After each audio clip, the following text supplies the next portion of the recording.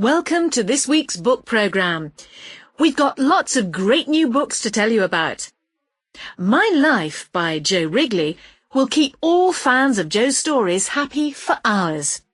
It explains a lot about where his ideas come from and gives a picture of what was happening in his life when he was working on his most successful books. I must say, though, that some of it is difficult to understand if you haven't read his other books.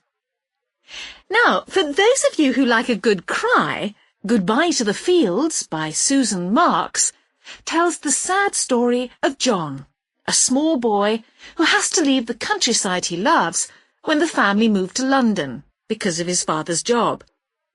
John and his mother would prefer to stay where they are. It's a long time before the family begins to feel comfortable living in the big city. There are plenty of books with helpful advice this week. First, the A to Z of photography would make a great present for anyone just starting out with a camera.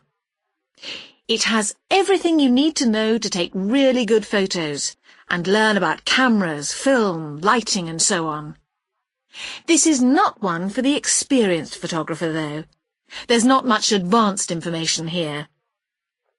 Turning to the kitchen, Cooking for One by Adrian White says on its cover that even people who hate cooking will find it useful.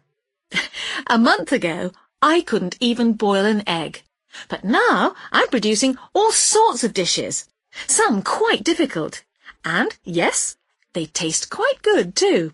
I'm actually enjoying cooking now. I'm now going to try a new book about cooking Italian food. The last book this week is Holidays in Europe by Mary Curtis.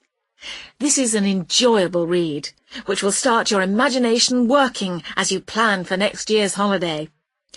It doesn't matter that the writer doesn't talk about the famous places everyone visits, but describes lots of small places away from the main tourist areas. The maps are too small to be useful, but the book is still good value for money. That's it for this week, then. Next week, there's a special report on giving books as presents. So, if you've saved up your money and you're wondering what to get for a friend or relation for their birthdays, you might get some good ideas. I'll look forward to talking to you then.